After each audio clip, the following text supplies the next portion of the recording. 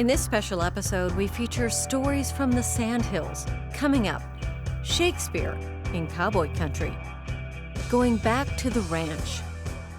A mysterious photo leads a young woman on a journey. Tour a 19th century army outpost. And towing a piano through the Sandhills.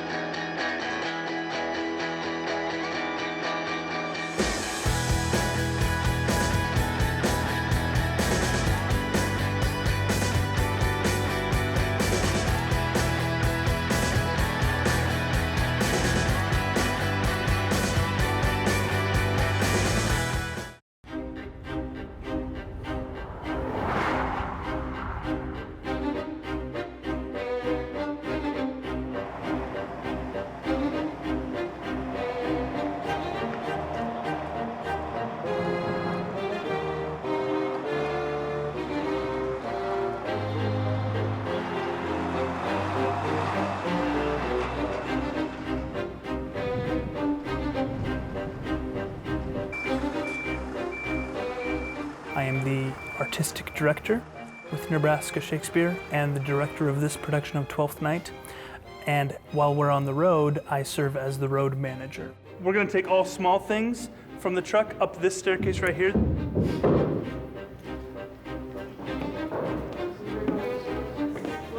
I first got involved with Nebraska Shakespeare 3 summers ago. I was part of their 2-minute Shakespeare production. I was actually a high school Spanish teacher, which doesn't exactly seem like it would go hand in hand with theater.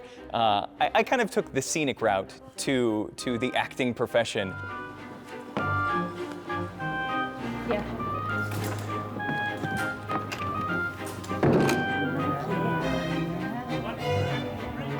Good. 1, 2, 3. You guys okay up there? Higher. Yep. Good. That's perfect. I've been working with the tour. This is the 8th annual tour that we've done to go throughout Nebraska. Good. There's just a little bit of anticipation before Ben hit you in the belly. I've been a part, as Vince has as well, been a part of every single one of those tours. We met in college and we have worked together since then, so that's 15 years? Oh my gosh. And I think we found a really great shorthand to be able to work with one another and a really good relationship in the rehearsal hall. We've worked together so much that we found a really quick way to communicate with each other and a really respectful way to communicate with each other. So it's really not another person I would rather work with. Thank you. Are we ready? Yep. Yes. Sarah, can I get you quiet for a bit, please? Yes. Thank you. Here we go. Tempo. Praise God. Vince called to offer me the role in July. I had to move out of an apartment in Chicago, put all my stuff in storage, and then drove 8 hours out to Omaha for first time in Nebraska. This is my first time out in the country. Every time I see a horse or a cow, I freak out, and everyone else is like, it's not that exciting, Casey. Good job. I think we're good. Can I have you fill out your ticket? Have any of you guys ever seen a Shakespeare play before? No. No? Some? Actually went to an opera. A Shakespeare opera? Very cool. Oh yeah? Very good, very good. Well, I'm excited to have you guys here. I think a lot of people, their first encounter with Shakespeare was being forced to read it in a high school English classroom. And even myself, my first experience with Shakespeare was we read Romeo and Juliet my freshman year of high school. And to be perfectly honest, reading Shakespeare out of a textbook, being forced to read Shakespeare is not the most pleasant experience. Let us therefore eat and drink. The thing that I love about performing Shakespeare is so many students ask us after we're done with the show, so how much of this did you rewrite? How much of it did you translate? And everything that we perform on stage is Shakespeare's text. And I think they're surprised to hear that. They just assume that if it's Shakespeare, they're not going to be able to understand it. By my life, this is my lady's hand. To the unknown beloved, this and my good wishes. But when Shakespeare is performed, it's so much more understandable.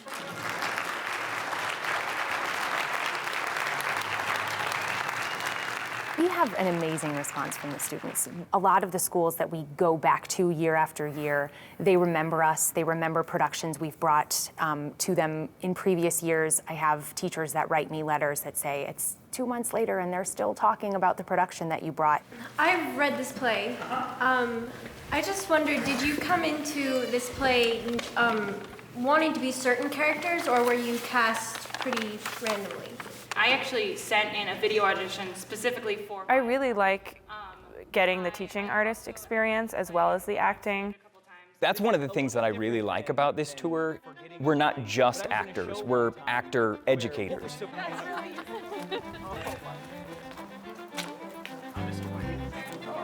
You have a Shakespearean insult sheet. Thou saucy onion-eyed maltworm. The greasy-eyed dogfish. So when he hits you, you go back. So try that again. Super slow. Yeah, perfect. And make sure that that target's away from your face, and make sure you just hit that target, not his face, okay? Let's try it again. Ready? Super slow motion. One more time. Yes, awesome. Very good, very good. Getting that opportunity in the workshops, we work with Shakespeare's text. I think they realize that it doesn't have to be so scary. As strange as it may seem to say to a high schooler, Shakespeare can be fun. Thou fitful, heavy-headed rabbit sucker. Getting to work with what I think is a really fantastic curriculum that Vince and Sarah have put together for these kids. These kids are really excited to work with us. We have to use both our voices and our bodies. And maybe haven't had as many opportunities in drama and theater classes as other kids that I've worked with. Thou fitful, heavy-headed. So giving them that opportunity feels awesome. Thou knowest no less but all. I have unclasped thee the book. I think we've kind of perfected the 75-minute Shakespeare adaptation, and I'm really proud of the last few years how we've able to bring Shakespeare to communities and to schools that don't otherwise have access to it. No space is the same, no show is the same. We're always kind of adjusting, and it keeps the show really fresh for the actors, which I think keeps it fresh for the audience.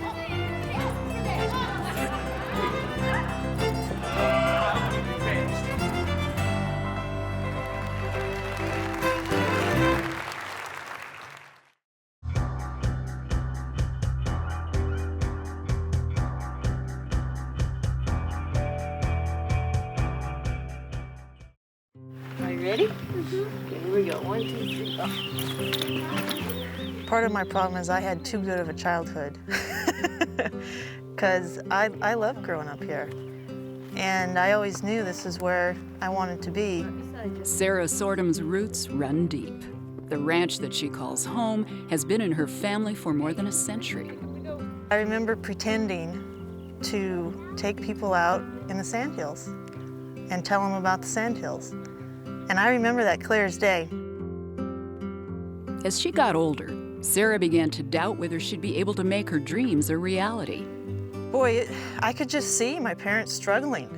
And, you know, the kind of the unspoken message was, this is not a place of opportunity. You need to leave if you want a good life. After high school, Sarah and her brother Adam left the ranch. But they didn't stay away for long. In 2001, I wanted to come back to the ranch, and that's when I started the outfitting business, because at the time the cattle market was not good enough to support myself and my mom and dad. So that's when I started Calamus Outfitters. So far, it's worked out real well.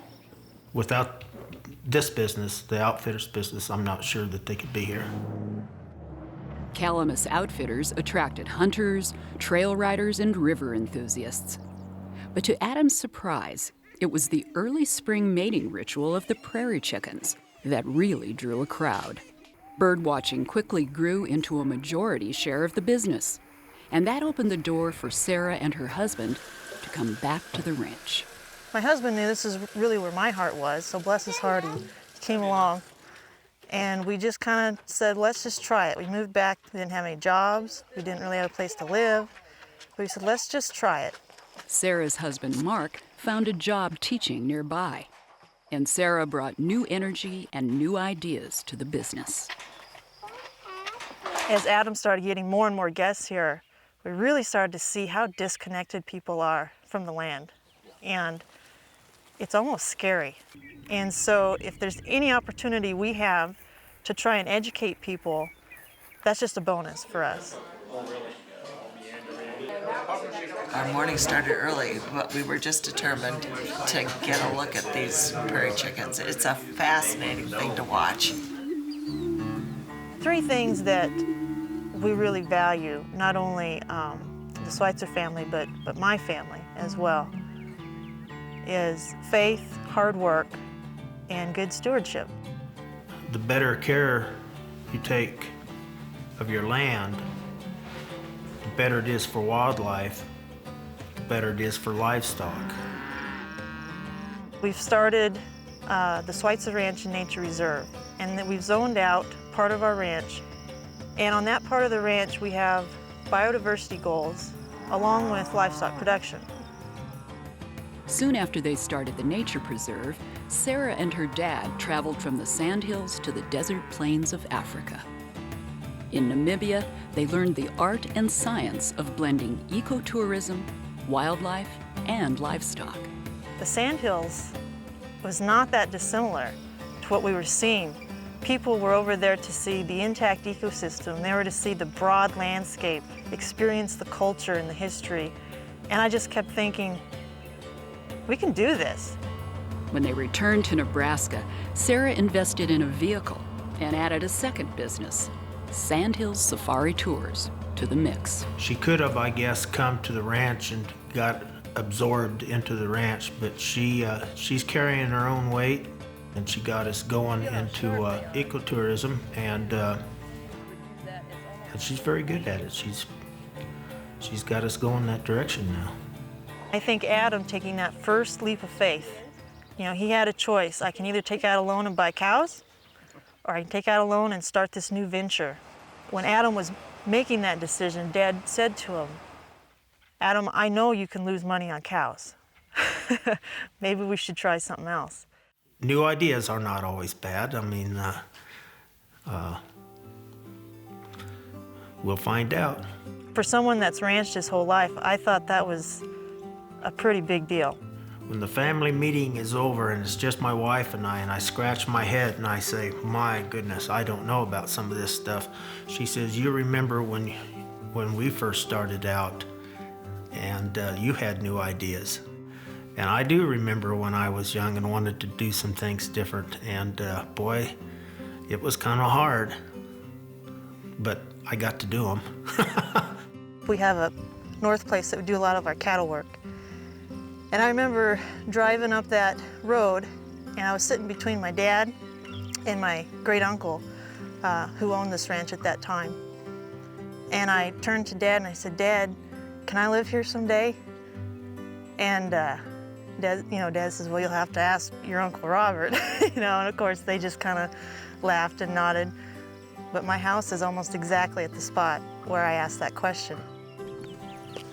I see my kids every day and I see my grandkids every day, and that's why we do what we do.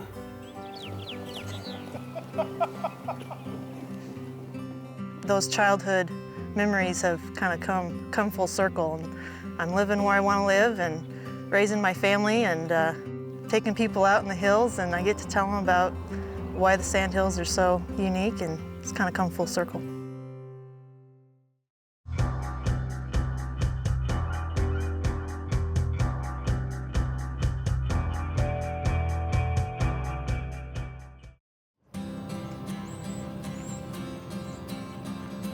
I grew up in a small town in Custer County, Nebraska, but I never thought to ask about my family's history until now.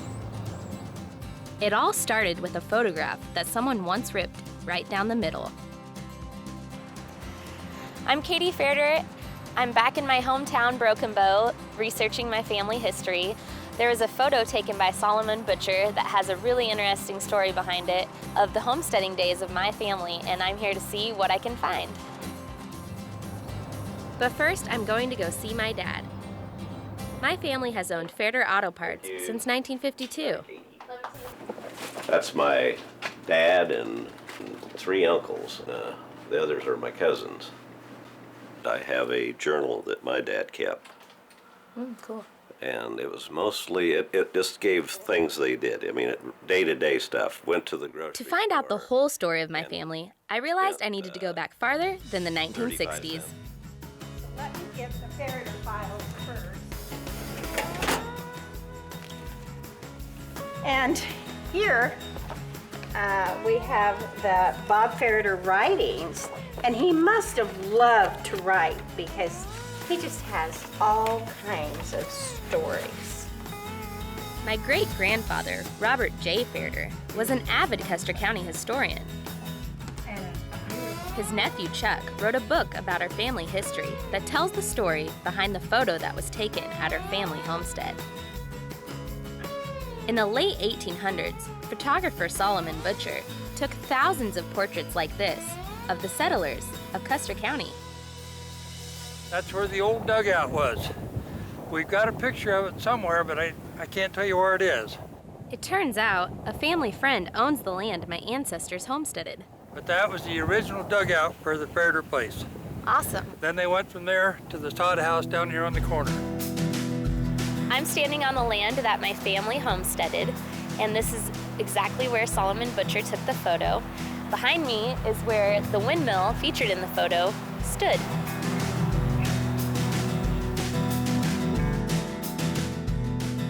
I've been told there's quite a story behind this photo, but first, I wanted to understand what homesteading was all about. The Homestead National Monument in Beatrice is digitizing homestead records to allow the public to access them. You can start just by typing in a last name here and we will see what comes up. I see that we have 0 matches for the name that we searched for. And there are cases where not all homestead records did make it to the National Archives. 1.6 million people homesteaded, and it's estimated that 93 million Americans may be descended from homesteaders. Since we didn't find my great-great-grandfather, we decided to check the Bureau of Land Management website. There is Robert G. Farrier. Great. There is a reason that he did not show up in our homestead record, and that's because he actually received his land under another authority, which was called the Timber Culture Act. Cool. I learned that the Timber Culture Act allowed homesteaders to claim 160 additional acres if they planted trees on 1/4 of their land. And Robert G. Farrier did just that. He was the 91st person to prove up on his claim. Now I was ready to find out more about my family's photo from historian John Carter of the Nebraska State Historical Society. Got the story, so let's go take a look at it. Okay, great. John learned of my family's unique story from my distant cousin, Chuck Farrier. Chuck kept the story within the family for many years, but John convinced him it was worth sharing. Butcher came out and made this photograph, and then for years it was lost, damaged, and that the family had it put back together again, and that it's been a family heirloom ever since. As my distant cousin Chuck told the story, Solomon Butcher stayed with my family for a week. Just before he left, Butcher set up his camera and took the photo. Then he presented my great-great-grandfather with a bill. My great-great-grandfather demanded a discount for all the food he had supplied to Mr. Butcher and his horses. Butcher was furious. He tore up the photograph and left. When Butcher stomped off, he also said, I'm going to break the negative, relegate you to the dustbin of history. Now, what we learned years later was that he clearly did not break the negative. Okay, so this is the original negative that Solomon Butcher would have taken of your family. You hold it by the long edge, not by the corners. There you go. Wow. Why do you think he didn't break it? Bottom line is, Butcher was driven by his project. He was making photographs that he was going to use to tell the narrative of settlement on the Great Plains. Clearly didn't break it. it exists to this day, and you've got it in your hands right now. It's just really interesting. I mean, growing up in Broken Bow and not knowing any of it, and then now, you know, being here and having a chance to look at everything and find out way more than I ever had because I never asked.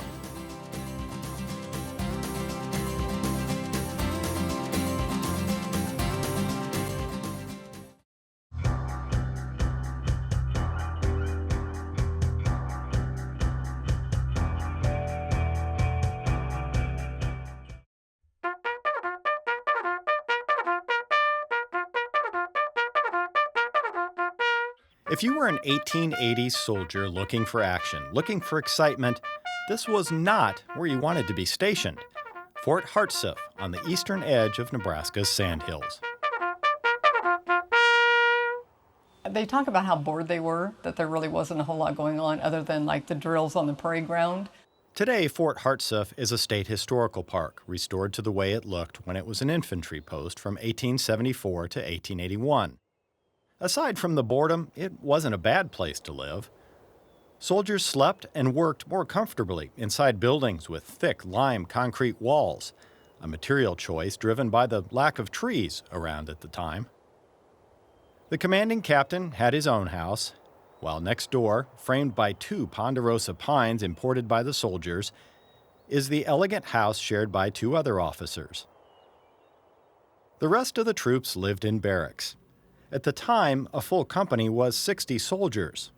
It was pretty rare to have a full company because the desertion rate was pretty high at that time. There's always somebody gone, somebody sick. So we look back at our records and we would have anywhere probably from 45 to 55 usually stationed here at a time. And then like when they discovered gold in the Black Hills, then the desertion rate was up pretty good. Enlisted men made about $13 a month, less than the civilian laundresses who lived on the grounds. Soldiers paid them to wash and mend their uniforms, a process that took several days. Laundress was a high turnover job, though. Women were scarce out here, and a lot of times they'd get married and they'd be gone. A hospital served soldiers and locals from the area. Typhoid fever killed one of the 3 soldiers who died while at Fort Hartsuff. Another was killed during a skirmish with Sioux warriors, the only significant battle for Hartsuff soldiers. 3 survivors were awarded the Medal of Honor. And the third death... He drank a little too much that day and was pretty intoxicated, and story goes that he got sick and was getting sick over that fence and got his neck between the pickets and supposedly hung himself, and the official thing on his tombstone was alcohol poisoning, but that's the story that happened. The picket fence was more for keeping animals off the parade grounds than protecting the fort from attack. With a 97-foot pine flagpole in the middle, this is where soldiers spend a lot of their time, drilling and practicing maneuvers 2 or 3 times a day. Occasional social events help break the monotony. They would hold a lot of balls here. They had a big Thanksgiving ball at Christmas time. The soldiers would put on skits and plays and melodramas and things like that whenever they could. And they would invite all the settlers in the area. So it made life a little more enjoyable for the soldiers and give the settlers, something to do too. The fort was put here to protect these new settlers, but also protect local Pawnee Indians from their traditional enemy, the Sioux. By 1881, the Army decided it wasn't needed anymore. Fort Hartsuff was abandoned.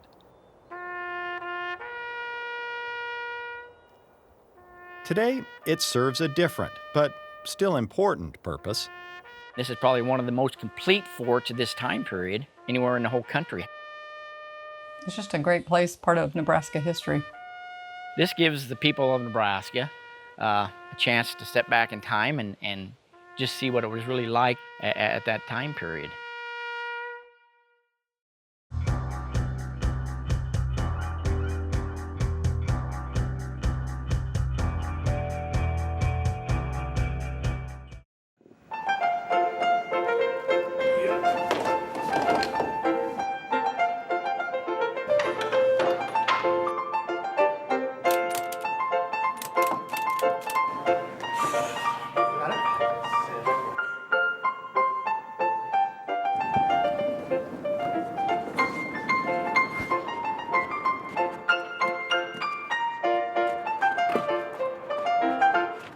Piano in Tow is a year-long project designed with the idea in mind of providing or bringing live classical music to the rural communities of Nebraska.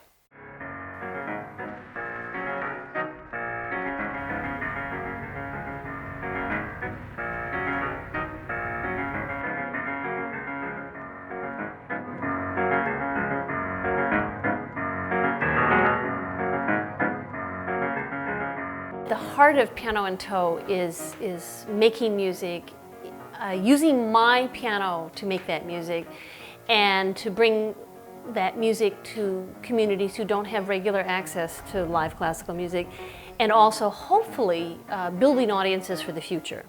Rhythm is very, very important because it's what we, as humans, when we hear music, make us recognize a piece or a tune that we've heard before. Does that make sense? We recognize music by its rhythm, then by its harmony, then by its melody. I know I've done my job if I reach one student. So I may not know about that one student, but if that one student ends up taking, let's say, a music appreciation course in college, then I've done something because they wanted to continue learning about classical music beyond Piano in Tow. Yeah, exactly. Done. Okay, now when you do that, let go of every single note. Yeah, see, let go. I was really dragging my bottom hand, and I knew that, and she really pointed that out, and so taught me how I can really set that apart and how I can work on keeping that up with my right hand that likes to speed up a lot. It was awesome.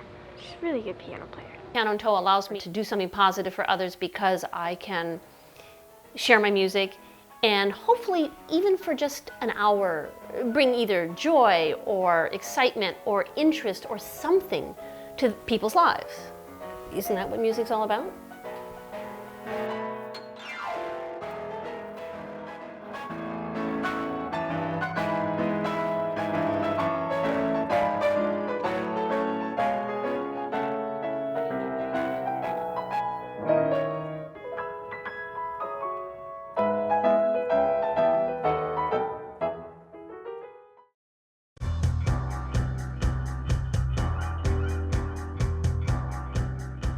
Watch our stories online at netnebraska.org/Nebraska Stories and go to Facebook to like us and leave a comment.